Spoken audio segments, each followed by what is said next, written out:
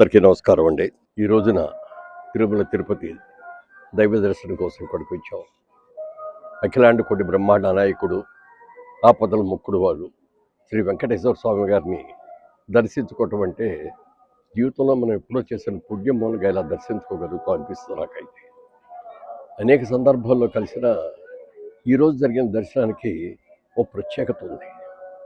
ముఖ్యంగా భగవంతుడు దర్శించుకోవడమే కాకుండా మరి కమిటీ చైర్మన్ గారు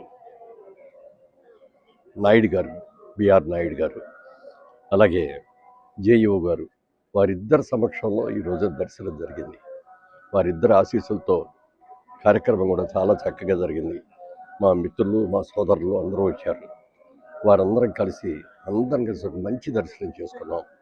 రోజు రోజుకి కూడా వెంకటేశ్వర స్వామి ఆలయంలో ఏ విధమైన డిస్టర్బెన్స్ లేకుండా ఇప్పుడున్న పాలక మండలి కూడా చాలా చక్కగా నిర్వహిస్తున్నారు. కల్తీ నెయ్యలు కానీ, కల్తీ పదార్థాలు కానీ ఏమీ లేకుండా స్వచ్ఛమైన ప్రతి ఆహార పదార్థం కూడా స్వచ్ఛమైనవి. ఇదివరకు లో బడ్జెట్లో ఎవరు లో ఇస్తే వాళ్ళకి ఇచ్చేవారు.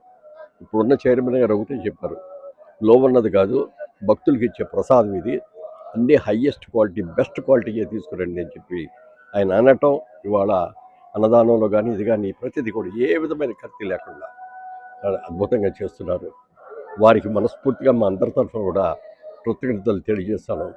అలాగే మన ఉభయ రాష్ట్రాలు ఆంధ్రప్రదేశ్, తెలంగాణ రెండు కూడా అభివృద్ధి చెందాలని మనస్ఫూర్తిగా కోరుకుంటూ, అమరావతి నిర్మాణంలో చంద్రబాబు నాయుడు గారికి మీ ఆశీస్సులు పూర్తిగా కావాలని వెంకటేశ్వర స్వామిని మనస్ఫూర్తిగా నేను దండం పెట్టుకున్నాను. Thank you. అలాగే స్వామివారి కృప వల్ల, స్వామివారి దయ వల్ల పద్మశ్రీ అవార్డు రావటం కూడా ఆ స్వామి ఆశీస్సులే.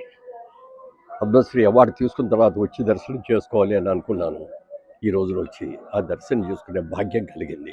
స్వామివారికి ఎప్పుడు కృతజ్ఞుడై ఉంటాను.